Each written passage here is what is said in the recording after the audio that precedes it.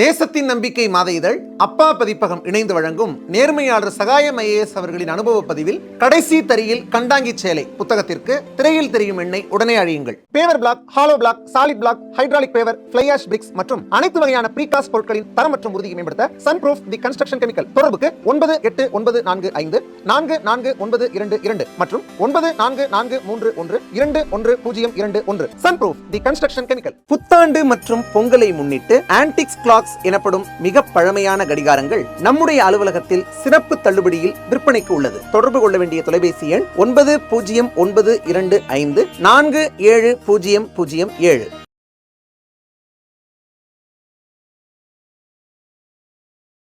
பேசு தமிழா பேசு நேயர்களுக்கு வணக்கம். இன்று மீண்டும் ஒரு முறை அண்ணனுடன் உரையாட போகிறோம். வணக்கம் நட்ராஜ். நம்ம கடந்த வீடியோவில் ஈழத்துக்கு சீமான் அவர்கள் போனார் அப்படின்னு சொல்லி பேசியிருந்தோம். ஸோ அந்த வீடியோவுக்கு பார்த்தீங்கன்னா நிறைய கமெண்ட்ஸ் வந்துருந்துச்சு, நிறைய ஃபீட்பேக்லாம் வந்துருந்துச்சு. அதில் நிறைய பேர் என்ன சொல்கிறாங்க, ராஜவேல் நாகராஜன் அவர்கள் சீமான்கிட்ட அவருடைய கருத்திலிருந்து முரண்பட்டு நின்றாலுமே ஒரு தமிழனாக தன்னுடைய கருத்துக்களை சொல்கிறாரு அப்படின்னு நிறைய பேர் சொல்கிறாங்க. இன்னொருத்தர் என்ன சொல்கிறாங்க, இவர் திரும்பவும் சீமான் கூட போகிறதுக்கு பிளான் பண்ணுறாரு போல், அதுக்கு தான் இப்படி ஆதரவாக பேசிக்கிட்டு இருக்காரு அப்படின்லாம் சொல்கிறாங்க. நீங்கள் இந்த கருத்துக்கள்லாம் எப்படி பார்க்குறீங்க? இல்லை, இதில் தமிழனாக இருக்கணுங்கிற அவசியம்லாம் இல்லை. அது உண்மைன்னு பட்டுச்சு, எனக்கு தெரியும் அவர் ஈழத்துக்கு போனது உண்மை. நான் இப்போ மட்டும் இல்லை, இன்னும் எத்தனை வருஷம் ஆனாலும் நான் சொல்லுவேன். அந்த ஃபோட்டோ உண்மையாக பொய்யாங்கிறத பற்றி எனக்கு பிரச்சனை இல்லை. நான் மறுபடியும் நீ அந்த வீடியோவே பார்த்தீங்கன்னா சங்ககிரி ராஜ்குமார் அதை எடிட் பண்ணி கொடுத்தாரா அப்படிங்கிறது பொய்ன்னு நான் சொல்லியிருப்பேன். ஓகே, அந்த ஃபோட்டோவுடைய அந்த ஃபாரன்சிக் டிபார்ட்மெண்ட் மாதிரி போயிட்டு அதை ஆய்வுக்கு உட்படுத்துறதெல்லாம் நம்ம வேலை இல்லை. ஆனால் அவர் ஈழத்துக்கு போனார். நான் திரும்பவும் அதுதான் சொல்கிறேன், அவர் ஈழத்துக்கு போனது உண்மை. அவர் அங்கே போயிட்டு தலைவரை சந்தித்தது உண்மை. அவர் அங்கே விடுதலை புலிகள் அழைப்பின் பேரில் தான் சென்றார், அதுவரை உண்மை. அதில் எனக்கு எந்த விதமான மாற்று கருத்தும் துளி அளவு கூட கிடையாது.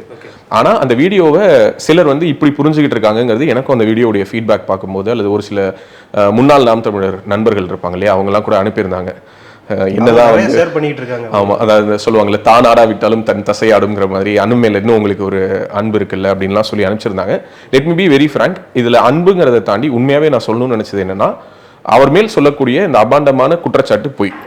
அவர் ஈழத்துக்கு சென்றது உண்மை, திரும்பவும் சொல்கிறேன். ஆனால் ஒரு சில விஷயங்கள்னால அந்த வீடியோடைய ஒரு எண்டு போர்ஷனை நம்ம ட்ரிம் பண்ணிட்டோம். ஏன்னா அந்த வீடியோடைய நோக்கம் என்னன்னா, அவர் போனது உண்மையா பொய்யா நடந்துட்டு இருக்கக்கூடிய டிபேட்ல அது உண்மைன்னு நமக்கு தெரியும். அதை சொல்லாமல் இருக்கிறது நமக்கு ஒரு மாதிரி ஒரு குற்ற உணர்ச்சியாக இருந்தது. ஓகே, நமக்கும் அவருக்கும் எந்த விதமான தனிப்பட்ட முறைன்னு ஒன்றுமே கிடையாது. ஒரு 2 முறை என்னை அழைத்து என்னுடைய வீடியோக்கள் தொடர்பாக, குறிப்பாக சொல்லணும்னா அந்த மைக்கேல்பட்டியில் ஒரு ஸ்கூல் ஸ்டூடெண்ட்டுடைய அந்த மரணத்தை ஒட்டி எழுந்த அந்த ஒரு விஷயம் இருக்குல்ல, தற்கொலையை ஒட்டி ஒரு மதமாற்றத்தின் காரணமாக அந்த முடிவெடுக்கப்பட்டதா அல்லது சித்தி கொடுமையா அப்படின்லாம் சொல்லி ஒரு இஷ்யூ போனபோது, நான் அந்த ஸ்கூலில் விசாரணை நடத்தப்பட்டு உண்மை கண்டறியப்படணும், மதமாற்ற புகார் உண்மையாக பொய்யாங்கிறத ஆய்வு நடத்தணும்னு சொல்லி நான் ஒரு ஸ்டாண்ட் எடுத்து பேசுகிறேன். அப்போது நான் திரு அண்ணாமலை அவர்களை சந்திப்பதற்கான வாய்ப்பு கிடைச்சதுனால, அதனுடைய பேக் ஸ்டோரி எல்லாம் எனக்கு தெரியுங்கிறதுனால நான் அதை பற்றி பேசினேன். அது தொடர்பாக எனக்கும் அவருக்கும் ஒரு வாக்குவாதம் வந்துச்சு, ஒரு மனஸ்தாபம். அதுக்கு பிறகு இதே மாதிரி வேறொரு நிகழ்வில் நான் பாரத பிரதமர் மோடி அவர்கள் பற்றி பேசிய பேச்சு தொடர்பாக எனக்கு அழைச்சு பேசினார்.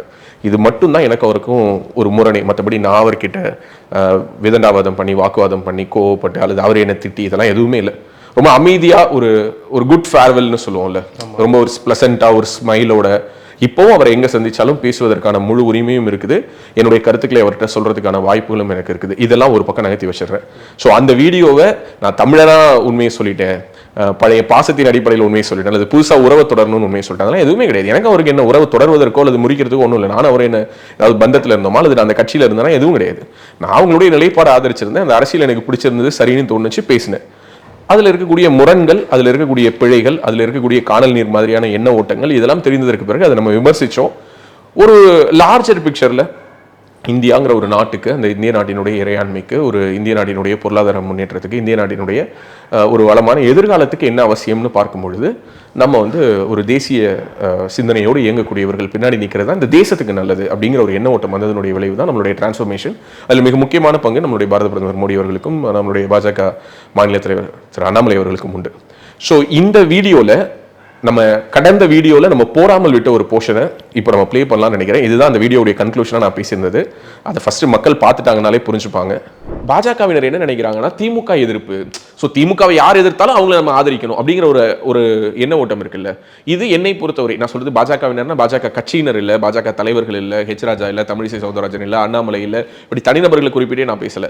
தீவிரமான தேசியவாத இந்துத்துவ சிந்தனை கொண்ட தீவிரமான இந்த மண்ணில் பாஜக வளர வேண்டும், வெற்றி பெற வேண்டும் என்ற எண்ணம் கொண்ட யாரோ ஒருவர் சீமானை ஆதரிப்பது, சீமானிடம் சப்போர்ட் பண்ற, சீமானுக்கான ஒரு அன்கண்டிஷனல் சப்போர்ட்டை நான் எக்ஸ்டெண்ட் பண்றேன்னு சொல்றது இருக்குல்ல, அது உங்களுடைய கட்சிக்கு அவசியம் இல்லாதது, உங்களுடைய சித்தாந்தத்துக்கு அவசியம் இல்லாது. எப்படி பார்த்தாலும் நான் மறுபடியும் சொல்றேன், இவ்வளோ விஷயங்களையும் சொல்லிட்டு நான் சொல்றேன், ஆம் சீமான் ஈழம் சென்றார், ஆம் பிரபாகரனை சந்தித்தார், ஆம் அந்த புகைப்படம் உண்மை, ஆம் அவருக்கென்று அங்கு வேலை திட்டங்கள் ஒதுக்கப்பட்டது, ஆம் இன்று முரண்பாட்டில் இருக்கக்கூடிய பல முன்னாள் விடுதலை புலிகள் இயக்கத்தினை சேர்ந்தவர்கள் கூட ஒரு காலகட்டத்தில் சீமானை தான் நம்பிக்கையாக பார்த்தார்கள். இது எல்லாமே உண்மை. ஆனால் அதை தாண்டி நான் மறுபடியும் சொல்றேன், சீமான் தமிழ்நாட்டு அரசியலுக்கு அவசியமா?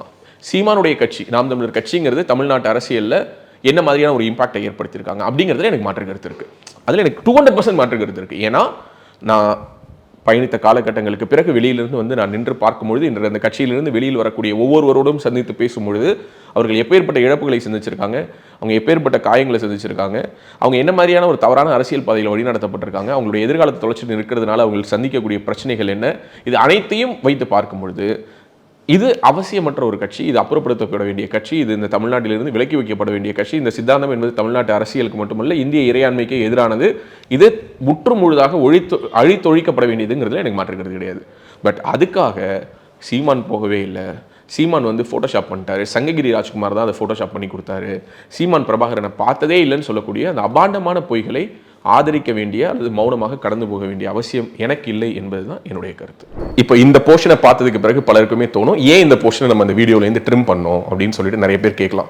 அஃப்கோர்ஸ் நிறைய பேருக்கு தோணும் இல்லையா? ஓகே, என்ன காரணம்ங்கிறத நான் சொல்லிடுறேன். அந்த வீடியோடைய நோக்கம் என்னன்னா, சீமான் ஈழத்துக்கு போனாரா இல்லையா? போனார், அது உண்மை, அது தெரிஞ்சதை சொன்னோம். ஆனால் அதை தாண்டி நான் நாம் தமிழர் கட்சி மேலே வச்ச எந்த ஒரு குற்றச்சாட்டுலேருந்தும் நான் துளியும் பின்வாங்கலை. நான் ரொம்ப உறுதியாக சொன்னேன், இப்போவும் சொல்கிறேன், எப்பவும் சொல்லுவேன், நாம் தமிழர் கட்சி டம்மி வேட்பாளர்களை களத்தில் இறக்கியது, அதான் உண்மை. அதாவது அதிமுக ஆளும் கட்சியாக இருந்த காலகட்டத்தில் அதிமுகவினுடைய சிட்டிங் அமைச்சர்கள் மற்றும் மிக முக்கியமான புள்ளிகள்னு இருப்பாங்கல்ல, எம்எல்ஏஸாக இருந்த சிட்டிங் எம்எல்ஏஸ், இவங்களுக்கு எதிர்த்து நிற்கக்கூடிய மிக முக்கியமான தொகுதிகளில் ரொம்ப வீக்கான கேண்டிடேட்ஸை நாம் தமிழர் ஃப்ளோட் பண்ணுச்சு, இது உண்மை. நாம் தமிழர் கட்சியை வச்சு அரசியல் பிழைப்பு நடத்தக்கூடிய ஒரு விஷயத்தை, ஒரு வேலையை தொடர்ந்து சீமான் செய்து கொண்டிருக்கிறார், இது உண்மை. இந்த குற்றச்சாட்டுகள் எதிலிருந்தும் நான் பின்வாங்கலை. அதோடு இன்னொரு படி மேலே போயிட்டு சொல்கிறேன், நாம் தமிழர் கட்சியினுடைய அரசியல் அப்படிங்கிறது தமிழ்நாட்டு இளைஞர்களை தவறான பாதையில் வழி நடத்துது. நிறைய பேர் அவங்களுடைய வாழ்க்கை இழந்திருக்கிறத நம்ம பார்க்குறோம். இந்த வாழ்க்கை இழக்கிறதுங்கிறது வழக்கு வாங்குறதா இருக்கலாம், அல்லது வெளிநாடுகளிலிருந்து அப்புறப்படுத்துறது, வெளியேற்றப்படுவதாக இருக்கலாம், அல்லது ஒரு 10 வருஷம் 15 வருஷத்துக்கு அப்புறம் ஒரு ரியலைசேஷன் வந்து என்னுடைய வாழ்க்கையை தொலைச்சிட்டேன் அப்படின்னு சொல்லி இன்னைக்கு மீடியாக்கள் முன்னாடி நின்று கதறுவதாக இருக்கலாம். இப்படி எண்ணற்ற இளைஞர்களை காணல் நீர் மாதிரி, மறுபடியும் சொல்றேன், அண்டர்லைன் பண்ணிக்கோ, காணல் நீருங்கிறது தூரத்திலேருந்து பார்த்தா தண்ணி இருக்கிற மாதிரி இருக்கும், கிட்டக்கு போனால் ஒன்றும் இருக்காது, அது நம்மளுடைய தாகத்தை தீர்க்காது. அப்படி ஒரு காணல் நீர் அரசியலை தான் நாம் தமிழர் செய்து கொண்டிருக்கிறது. குறிப்பாக சொல்லணும்னா அந்த கட்சியில் இருக்கக்கூடிய கடைக்கோடி தொண்டர்களிலிருந்து எல்லோருமே அடிக்கடி சொல்வது, நான் உட்பட, நாங்கள் ஒரு இணக்கமான சூழலில் பயணித்த போது என்னன்னா, அண்ணனுக்கு எல்லாம் தெரியும், அண்ணனுக்கு எல்லாம் தெரியும். ஓகே, ஸோ இப்படி தான் நம்ம நம்பிக்கிட்டு இருக்கோம். அண்ணனுக்கு எல்லாம் தெரியுமோ இல்லையோ, ஆனால் அண்ணனுக்கு அண்ணனை எப்படி பத்திரப்படுத்திக்கிறதுங்கிறது தெரியுது, அண்ணனுக்கு தன்னுடைய வாழ்க்கையை எப்படி செழிப்பாக வச்சுக்கிறதுங்கிறது தெரியுது, அண்ணனுக்கு ஒரு பிரச்சனைன்னு வந்தால் தம்பிகளை எப்படி தனியாக நட்டாத்தில் விட்டுட்டு தப்பிச்சு ஓடுறதுங்கிறது தெரியுது. ஸோ இது எல்லாம் தெரிஞ்ச அண்ணனை பற்றி நம்ம கொஞ்சம் தெரிஞ்சுக்கிட்டோம்னா இன்னும் கொஞ்சம் பெட்டராக, கிளவராக, கேர்ஃபுல்லாக இந்த கேம் ஆடலாம் அப்படிங்கிறது மட்டும்தான் என்னுடைய ஒரு தாழ்மையான கருத்து. ஓகே, இன்னைக்கு வந்து அவர் வந்து பத்திரிகையாளர்கள் அவர்கிட்ட ஒரு கேள்வி கேட்குறாங்க. அதாவது நீங்கள் வந்து பிரபாகரன் அவர்களை சந்திச்சது வந்து பொய் அப்படிங்கிற மாதிரி பிரபாகரனுடைய அண்ணன் மகன் சொல்றாரு அப்படின்னு கேட்டதுக்கு ஒரு தேவையில்லாத கருத்தை சொல்றாரு. பிரபாகரன் அவர்கள் மேல மதிப்பு இருக்கு அப்படின்னா அவருடைய உறவினரையும் நம்ம வந்து அதே மதிப்போடு தானே வச்சிருக்கணும். அவரை வந்து இப்படி ஒருமையில பேசுறது தவறு தானே. மதிப்பு அப்படிங்கிறது எல்லாத்தையும் தாண்டி நீ சொன்ன அந்த லாஜிக்கில் தான் நானும் இதை இன்டர்பிரேட் பண்றேன். என்னன்னா, தலைவருடைய வழியில் வந்தவர்கள் பிரபாகரன் அவர்கள் மேல் உங்களுக்கு இவ்வளவு பெரிய மதிப்பு இருக்கும்போது அவருடைய அண்ணன் மகன், இன்னும் சொல்ல போனால் இன்னைக்கு அவருடைய நேரடி ரத்த பந்தங்கள்ங்கிறவங்க ரொம்ப கம்மி தான். ஓகே, அதில் இவர் வந்து தொடர்ச்சியாக பல்வேறு அரசியல் சூழல்களில் பேட்டிகள் கொடுத்துட்டு இருக்கிறாரு. இது தொடர்பாக அவர் தமிழ்நாட்டில் இருக்கக்கூடிய செய்தி ஊடகங்களில் அவர் பேசின பேட்டியை நானும் பார்த்தேன். அவர் முற்றுமுழுதாக மறுக்கிறாரு. இவர் ஈழத்துக்கு வந்து எங்கள் சித்தப்பாவை சந்திச்சதாக சொல்கிறதெல்லாம் போய், இவருக்கு வந்து எங்கள் சித்தப்பா வந்து சமைச்சு கொடுத்தாரு, இவர் ஆயுத பயிற்சி எடுத்தார், இதெல்லாம் பொய்ன்னு அவர் பேசியிருக்கிறாரு. நான் மறுபடியும் இந்த பேட்டியிலும் நான் சொல்ல விரும்புவது ஒன்று தான், இவர் ஈழத்துக்கு போனது உண்மை, அதில் எனக்கு மாற்று கருத்து கிடையாது.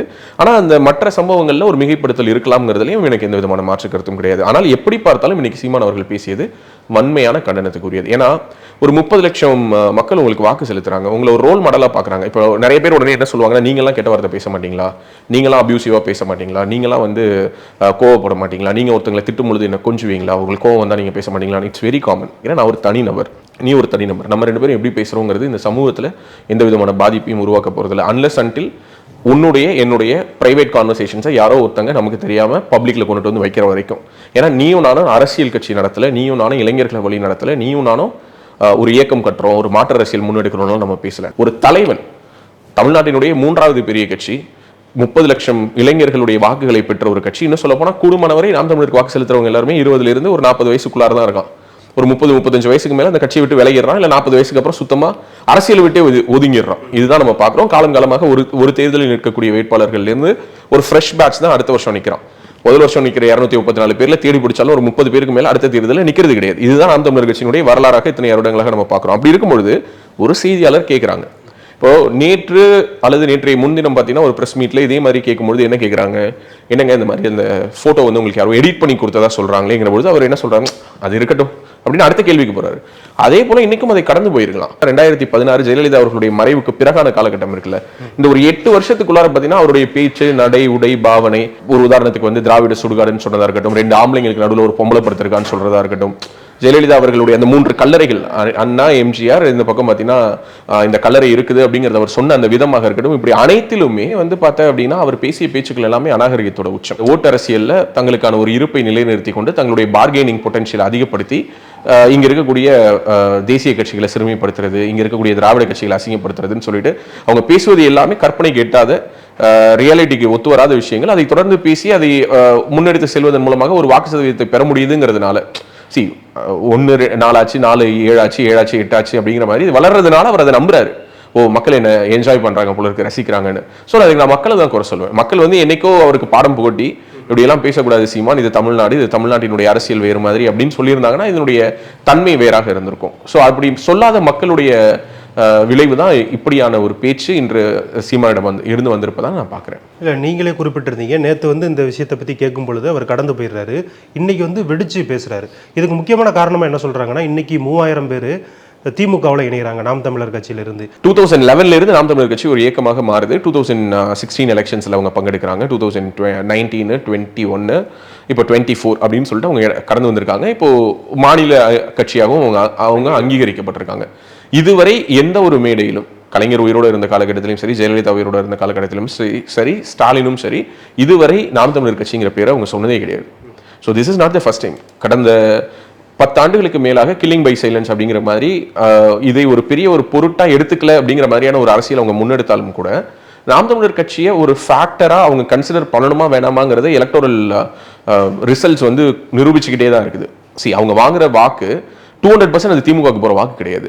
அவங்க வாங்குற வாக்கு அப்படிங்கிறது திமுக எதிர்ப்பு வாக்கு. அப்போ அது யாருக்கு போக வேண்டிய வாக்கு? திமுகவை எதிர்க்கக்கூடிய கட்சிகள் யாரெல்லாம் எதிர்த்துக்கிட்டு இருந்தாங்க? அதிமுக, பாஜக, இந்த மாதிரியான கட்சிகள் தான் திமுக எதிர்ப்பு அரசியலை பண்றாங்க, அரசியலாகவும் சித்தாந்தமாகவும். ஸோ இப்படிப்பட்ட கட்சிகளுடைய வாக்குகளை தான் நாம் தமிழர் வாங்கினுச்சு. அதனால திமுக இதுவரை நாம் தமிழருடைய வளர்ச்சியை பற்றி பயப்படவே இல்லை. சிம்பிள். என் கடைக்கு வர கஸ்டமர் வேறொரு கடைக்கு போனாங்கன்னா தான் நான் பயப்படணும். அவங்க என் கடைக்கு வர போறவங்களே கிடையாது, அவங்க ஆப்போசிட் கடைக்கு போயிட்டு இருந்தவங்க. அவங்க பிரிஞ்சு இன்னொரு கடைக்கு எதிராக அவங்க அந்த மனோபாவத்தில் அவங்க போறாங்க. அதாவது திமுக எதிர்ப்பை அதிமுகவை விட சீமான் நல்லா செய்யறாரு, பாஜகவை விட சீமான் கரெக்டா பேசுறாருன்னு தோணுனவங்க தான் சீமானுக்கு வாக்கு செலுத்தினாங்க. இன்னைக்கு சேர்ந்திருக்கக்கூடிய அந்த 3000 பேர்ல மேபி ஒரு 1500 பேர், 2000 பேர் உண்மையாகவே நாம் தமிழர் கட்சிக்காரங்களாம், ஒரு 1000 பேர் மேக்கப் பண்ணி உள்ளார கொண்டு வந்து ஒரு லிஸ்டா ஒரு 3000 பேர்னு காட்டணும் இல்லையா, அப்படின்னு கூட இருந்திருக்கலாம். அப்படிதான் இருக்கும் கூடுமான வரை. ஓகே, பட் இது வந்து அவசியமான நிகழ்வான, இது அவசியமான நிகழ்வு. ஏன்னா நாம் தமிழர் கட்சியில அவனுக்கு என்ன அரசியல் எதிர்காலம் இருக்கு? இன்னைக்கு வெளியில இருந்து பாக்குறவங்க அபாண்டமாகவோ அல்லது உண்மையாகவோ சொல்லலாம், ராஜீவ்காந்தி வந்து மாசம் சம்பாதிக்கிறாரு, அவ்வளவு பண்றாரு, இவ்வளவு பண்றாரு, கொள்ளையடிக்கிறாரு. But whatever it is, Rajiv Gandhi என்ற ஒரு நபர் வந்து நாம் தமிழர் கட்சிங்கிற ஒரு கட்சி உருவாகிறதுக்கு முன்னாடியே ப. சிதம்பரத்தை எதிர்த்து போட்டியிட்டவர். ஓகே, சுயேட்சையா மாணவர் பருவத்திலேயே அரசியல் ஆர்வம் கொண்டு வந்தவர். ஓகே, சோ ராஜீவ்காந்தியினுடைய நோக்கம் இன்னைக்கு என்னவா இருக்குது அப்படின்னு கேள்வி கேட்கிறவங்க, ராஜீவ்காந்தி என்ன நோக்கத்தோடு இந்த பாதைக்குள்ளார வந்தாருன்னு ஒண்ணு இருக்குல்ல. கலைஞர் கருணாநிதி அப்படிங்கிற ஒருத்தர் திருவாரூர்ல இருந்து ட்ரெயின் ஏறி சென்னைக்கு வந்தபொழுது அவருடைய நோக்கம் சினிமா. உள்ளார வரும்பொழுதே அவருக்கு நோக்கம் வந்து அவருடைய மகனுக்கு செனட் ஆஃப் ரோட்ல வீடோ, அவருடைய பேரனுக்கு வந்து துணை முதல்வர் பதவியோ, அல்லது அவருடைய அக்கா பையனுடைய பையன்களுக்கு வந்து சன் டிவி குழுமத்தை கட்டணுங்கிறதோ இருந்திருக்காது தானே. கண்டிப்பா. சோ அதே மாதிரி தான் ராஜீவ்காந்தியை நான் புரிஞ்சுக்கிறேன். ஓகே, சோ ராஜீவ்காந்தியினுடைய அரசியல் இயக்கத்தை வந்து பார்த்து இன்னைக்கு பொறுமுறதோ, அல்லது ராஜீவ்காந்தி வந்து எப்படி 3000 பேரை கொண்டு போய் சேர்க்கலாம், அவர் இருந்த கட்சியிலிருந்து எப்படி இது வந்து சேர்க்கலாம்னா இட் இஸ் வெரி நேச்சுரல். யாரா இருந்தாலும் ஒரு கட்சியிலிருந்து இன்னொரு கட்சிக்கு செல்லும் பொழுது அந்த கட்சியில் தன்னுடைய செல்வாக்கை நிலைநிறுத்திக் கொள்வதற்கு என்னதான் பண்ணுவாங்க, அந்த கட்சியில் இருக்கவங்களை கூட்டிட்டு போய் தான் செய்வாங்க. நீங்க அந்த கட்சிக்காரங்களை சரியாக நடத்தி இருந்தீங்கன்னா, நீங்க அந்த கட்சிக்காரங்களுடைய நம்பிக்கையை அபிமானத்தை தொடர்ந்து தக்க வச்சுட்டு இருந்தீங்கன்னா, அவங்க ஏன் வெளியில போக போறாங்க? அவங்க வெளியில போனதுக்கான காரணம் என்னங்கிறத பேசணும்ல. சீமான் அவர்களை ரீச் பண்றது அப்படிங்கிறதே சாத்தியமில்லாத ஒரு விஷயமாக மாறிய காலகட்டம் என்பது கடந்த 2-3 ஆண்டுகளாகவே, நான் சொல்றது 2021 எலெக்ஷன்ஸ்க்கு முன்னாடி அந்த மாதிரியான ஒரு நிலைக்கு அவர் போயிட்டாரு. அவர் ரீச் பண்றதே கஷ்டமா இருக்குது அப்படிங்கிற பொழுது, அல்லது அவருடைய கருத்துக்களில் முரண்பாடுகள் வரும்பொழுது ஒரு கட்சியை விட்டு வெளியேறதுங்கிறது இயல்பு. அப்படித்தான் இன்னைக்கு வெளியேறி இருக்காங்க. அப்படி வெளியேறினவங்க திமுகவை நோக்கி தான் போவாங்க. ஏன்னா இப்போதைக்கு அவங்க ஆளுங்கட்சி, இன்னும் 2 வருஷம் கவர்மெண்ட் இருக்கு. ஸோ இந்த 2 வருஷம் கவர்மெண்ட் இருக்கிற மாதிரி அடுத்த 5 வருஷம் கவர்மெண்ட் வரலாங்கிற ஒரு எண்ண ஓட்டம் இருக்கலாம். இங்கு தங்களுக்கு அரசியல் எதிர்காலம் இருக்குதுன்னு அவங்க நம்மளா ஏன் அதிமுகவிலும் தான் போய் இணைகிறாங்க. கல்யாண சுந்தரமும் இந்த மாதிரியான இணைப்பு விழாக்களை நடத்தி காட்டினார். என்ன இன்னைக்கு எதிர்கட்சியா இருக்கிறதுனால அந்த இணைப்பு விழாக்கள் பெருசா தெரியல. ராஜீவ்காந்தி இன்னைக்கு ஆளுங்கட்சியினுடைய மிக முக்கியமான ஒரு பிரமுகர், இன்னும் சொல்ல போனா மாணவர் அணியினுடைய மாநில தலைவராக இருக்காரு. சோ அதனால அவருக்கு இந்த அளவுக்கான ஒரு புகழ் வெளிச்சம் கிடைக்கிறது. பாஜக எல்லா கட்சியிலும் இணைய தான் செய்றாங்க. தமிழக வெற்றி கழகத்தினுடைய தொடக்க விழா மாநாடு நடந்துச்சு இல்லையா, அந்த மாநாட்டில் எவ்வளவோ நாம் தமிழர் கட்சியினர் கலந்துட்டு தான் இருந்திருப்பாங்க. ஸோ சீமான் என்பவர் வேறொரு அல்டர்னேட் ஃபோர்ஸ் வர வரைக்கும் அவருடைய இடத்தை தக்க வச்சுக்கிறதுக்கான ஒரு முயற்சியில் இருக்காரு. இப்போ இன்னைக்கு விஜய் வந்ததுனால சீமானுடைய வாக்கு சதவீதம் சரியும் அப்படின்னு தான் எல்லாரும் சொல்றோம். சீமான் என்ன சொல்றாரு, சேலஞ்ச் பண்றாரு. நம்ம வெயிட் பண்ணி தான் பார்க்கணும். 2026 எலெக்ஷன்ஸ்ல என்ன நடக்குதுங்கிறத நம்ம வெயிட் பண்ணி தான் பார்க்கணும். பட் என்னுடைய ஸ்ட்ராங் இன்ஸ்டிங்க்ட் என்ன சொல்லுதுன்னா 200% அவர் 8க்கு மேல தாண்டறது கஷ்டம். அவர் வாங்கின அதே வாக்குல அவர் ரீட்டைன் பண்ணிட்டாருனாலே அவருக்கு மிகப்பெரிய வெற்றி. குறையுமா சரியுமா அப்படிங்கறத என்னால இந்த நிமிடத்துல உறுதிட்டு சொல்ல முடியல. அதே மாதிரி இந்த 3000 பேர் போய் சேர்ந்ததுனால நாம் தமிழர் கட்சியினுடைய கூடாரமே காலி ஆயிடுச்சுனாலும் அதுவும் கிடையாது. ஏன்னா தமிழ்நாடு முழுவதும் விழக்கூடிய வாக்குகள் இருக்குல்ல, அது அந்த கட்சியில மற்ற கட்சிகளை பொறுத்த வரைக்கும் வேற. இப்போ அதிமுக அப்படின்னா ஒரு வட்ட செயலாளரோ இல்ல ஒரு திமுக இருக்கக்கூடிய ஒரு கிளை கழக நிர்வாகின்னு ஒருத்தர் இருப்பாரு, அவருக்கு அங்க ஒரு இன்ஃபுளுன்ஸ் இருக்கும். பட் நாம் தமிழர் கட்சியை பொறுத்த வரைக்கும் அவங்க பேஸ்ல ஒர்க் பண்ணதே கிடையாது. கிரவுண்ட்ல அவங்க வேற மாதிரியான வேலைகள் செய்வாங்க. ஃபார் எக்ஸாம்பிள் பனை விதை நட்டாங்க நான் மறுக்கல, பிளட் டொனேஷன் கொடுத்தாங்க நான் மறுக்கல. இந்த வேலைகள் எல்லாம் செய்தாங்களே தவிர கட்சி வளர்க்கிறது வேற, என்ஜிஓ நடத்துறது வேற. இதே மாதிரி இன்னொரு 10 பேர் 3000 பேரை கொண்டு போய் சேர்த்தா கூட அது நாம் தமிழர் கட்சியை பாதிக்காது.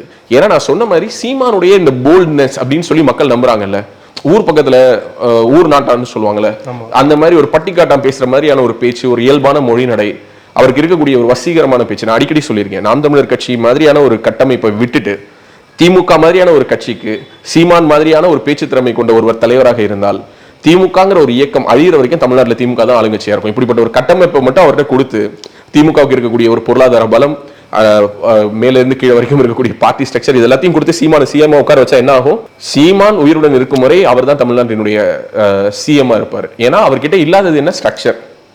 2வது பணம். ஓகே, ஸோ அவர்கிட்ட தனிப்பட்ட முறையில் இருக்குதா இல்லையான்னு தெரியாது, பட் கட்சிக்கு இல்லை. 3வது இந்த திமுகவிடம் இருக்கக்கூடிய அந்த ஒரு கோஆர்டினேஷன். ஓகே, ஸோ அந்த ஒரு கோஆர்டினேஷன்ங்கிறது திமுகவும் அதிமுகவும் தமிழ்நாட்டில் தலா ஒரு 1.5 கோடி பேருக்கு நேரடியாகவோ மறைமுகமாகவோ வேலை வாய்ப்பு கொடுத்து கொண்டிருக்குது. வெவ்வேறு பதவிகள், வட்டம், கழகம், சதுரம், முக்கோணம்னு ஏதோ ஒரு பொறுப்பை கொடுத்து அவங்கள ஆக்டிவ் ஆக்குது. ஸோ ஒரு எலெக்ஷன் வரும்போது 1.5 கோடி பேர் மேலேருந்து கீழே வரைக்கும் ஆக்டிவ் ஆகுறாங்க. ஸோ அப்போ அவங்க ஆக்டிவ் ஆகும்போது அது ஒரு சைக்கிள் மாதிரி ரொட்டேட் ஆகுது. ஒரு தீபாவளி வந்ததுன்னா அவங்க வீட்டுக்கு வேஷ்டி சட்டை போகுது, ஒரு பொங்கல் வந்ததுன்னா வேஷ்டி சட்டை போகுது, பணம் போகுது. ஒரு தேர்தல் நேரத்தில் அந்த வார்டுகளுக்கான பணத்தை அல்லது அந்த வட்டத்துக்கான அந்த சதுரத்துக்கான முக்கோணத்துக்கான பணத்தை அவங்க கிட்ட கொடுக்குறான். அவன் அதில் செலவு பண்றான், பாதி எடுத்து உள்ளார வச்சுக்கிறான். அதை வச்சுக்கிட்டு அவன் அடுத்த எலெக்ஷன் வரைக்கும் சர்வே ஆகுறான். நடுவில் நல்லது கெட்டது, காது குத்து, கல்யாணம், பொங்கல், சீர் வைக்கணுமா இல்லை பணம் வைக்கணுமா, மொய் வைக்கணுமா, ஊர்ல ஒரு நல்லது கெட்டது, இது அனைத்துக்கும் அவன் செலவு பண்றான். ஸோ அப்போ அது ஒரு பிசினஸ் ஸ்ட்ரக்சர் மாதிரி பார்க்குறான். ஒரு எம்எல்எம் கம்பெனிகள் எப்படி இயங்குமோ அப்படி இந்த கட்சிகளுடைய ஸ்ட்ரக்சர் இங்கே டிசைன் பண்ணப்பட்டிருக்கு. பட் நாம் தமிழர் கட்சியிடம் அந்த ஸ்ட்ரக்சர் கிடையாது. பட் இருந்தும் கூட மேஜிக்கல் ஓட்ஸ், அதுதான் நான் சொல்லுவேன் அடிக்கடி. இந்த நாம் தமிழர் கட்சியினுடைய ஓட்டுகளை நான் என்னன்னு சொல்லுவேன்னா மேஜிக்கல் ஓட்ஸ். அது அப்படியே அந்த இடத்துல அங்கங்க நிக்குது. அது வந்து மேகங்கள் மாதிரி தான், டக்குன்னு ஒன்னா சேரும், அது மழையா பொழியும். அந்த மழை தொடர்ச்சியாக அவருடைய காட்டுல ஒவ்வொரு முறையும் அதிகமாக தான் பெய்துட்டு இருக்கு. ஸோ அதனால இந்த 3000 பேர் சேர்ந்ததுனால அவருக்கு இந்த கோபம்லாம் இல்லை. அவருக்கு தோன்றதை பேசுவேன், நான் இப்படிதான் பேசுவேன். இதுக்காக சீமான் என்ன வருத்தம் தெரிவிப்பாரா? கண்டிப்பா தெரிவிக்க மாட்டார். இதுக்கு முன்னாடி பல முறை ரிப்போர்ட்டரை மண்டையை உடைச்சிருவேன்னாரு, சொன்னாரா இல்லையா? அப்போதெல்லாம் நம்ம ரியாக்டே பண்ணல. நான் சொல்றது நம்மன்னு சொல்றது வெறும் ஊடகமாக, ஊடகவியலாளராக இல்லை இங்க இருக்கக்கூடிய சென்னை பத்திரிகையாளர் மன்றத்தெல்லாம் நான் சொல்ல. இவங்க இந்த சென்னை பத்திரிகையாளர் மன்றத்தை நம்ம ஒரு பொருட்டாவே மதிக்கலன்னு வச்சுக்கோ. அறிவாலயத்தினுடைய பி டீம் தான் இன்னைக்கு சென்னை பத்திரிகையாளர் மன்றம். ஸோ அதனால அவங்களெல்லாம் நான் பொருட்டாக நினைச்சு பேசல. நான் சொல்ல வருது, பிரபாகரன்கிற எத்தனையோ பேருடைய கருத்துக்களுக்கு நீ இது வரைக்கும் கடந்து போயிருக்க. ஃபார் எக்ஸாம்பிள் காளிமுத்து அவர்கள் யாரு, சீமானுடைய மாமனார். அவரு சட்டப்பேரவையில சபாநாயகராக இருக்கும் பொழுதுதான் பிரபாகரனை தூக்கில போடணும்னு ஜெயலலிதா சட்டசபையில் பேசினாங்க. அப்போ உங்க மாமனாருக்கு புகழ் வழக்கம் செலுத்துறதை நிறுத்திடுவீங்களா? அதை நிறுத்த மாட்டீங்க.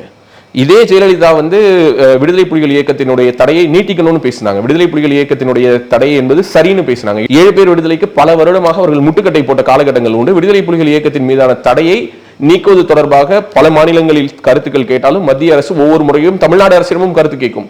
அதுல தொடர்ச்சியாக இந்த புலிகள் இயக்கம் தடை செய்யப்பட வேண்டும் என்று தன்னுடைய கருத்தை வலுவாக பதிவு செய்தவர் ஜெயலலிதா. அப்படிப்பட்ட ஒருத்தங்களை நீ வந்து ஈழத்துக்கான ஒரு நம்பிக்கை நட்சத்திரம் போல தூக்கி பிடிச்ச. ஸோ அப்போ அவங்களெல்லாம் பத்தி பேசும்பொழுது வாய் அப்படி டக்குன்னு வர மாட்டேங்குது. பிரபாகரனுடைய அண்ணன் பையன் இப்படி ஒரு கருத்து சொல்லியிருக்காருன்னு சொன்னா உண்மையாகவே அவரை மதிக்கக்கூடிய ஒரு தன்மை இருந்தா இந்த இடத்திலும் என்ன போயிருக்கலாம் இல்லைங்க. அவர் அப்படி கருத்து சொன்னாலுமே அவர் என் தலைவருடைய அண்ணன் பையன், என் தலைவர் மேல இருக்கக்கூடிய மரியாதையின் காரணமா நான் அதை கடந்து போறேன்னு சொல்றதுக்கு உங்களுக்கு என்ன வரும்? மேடைக்கு மேடை ஏறி நீங்க என்ன பாடம் நடத்திட்டு இருக்கீங்கன்னா, பிறப்புக்கும் எல்லா உயிர்க்கும் தமிழன் தான் உலகத்துக்கே நாகரிகத்தை சொல்லி கொடுத்தான், தமிழன் தான் உலகத்துக்கே அன்பை சொல்லி கொடுத்தான். ஸோ எவ்வளவு ஒரு முரண்கள் பாரு. முரண்கள் இல்லாத மனிதர்கள் கிடையாது. பொது வாழ்க்கையில் ஒரு முகம், தன்னுடைய தனிப்பட்ட வாழ்க்கையில் ஒரு முகம். இது சாதாரண மனிதனுக்கு இப்படிப்பட்ட ஒரு முகம் இருந்தால் அது பிரச்சனையே கிடையாது. நீ ஒரு தலைவனாக உன்னை அடையாளப்படுத்துற, நீ வந்து இந்த தமிழ்நாட்டினுடைய 3வது பெரிய கட்சிங்கிற, தமிழ்நாட்டினுடைய அரசியல் எதிர்காலத்தை நான் மாற்ற போறேங்கிற அப்படிப்பட்ட ஒரு பிம்பத்தை நீ கட்டமைக்க முற்படும் பொழுது இப்படியான பேச்சுகளை அண்ணன் சீமான் அவர்கள் தவிர்க்க வேண்டும் அப்படிங்கிறது தான் என்னுடைய ஒப்பீனியன். கருத்துக்களுக்கு நன்றி. அஸ்வினி நட்சத்திரக்காரர்கள் ஒரு வீட்டில் இருக்காங்கன்னா என்ன மாதிரி பொம்மைகள் வைக்கலாம்? பொதுவாக அஸ்வினி நட்சத்திரம் சொல்லிட்டாலே இந்த மாதிரி ஆன்மீகம் மற்றும் ஜோதிடம் சார்ந்த இன்னும் பல வீடியோக்கள் பார்க்கணுமா? மறக்காம திருவருள் டிவிக்கு சப்ஸ்கிரைப் பண்ணுங்க. திருவருள் டிவியுடைய சேனல் லிங்க் இந்த வீடியோடைய டிஸ்கிரிப்ஷன்ல இருக்கு.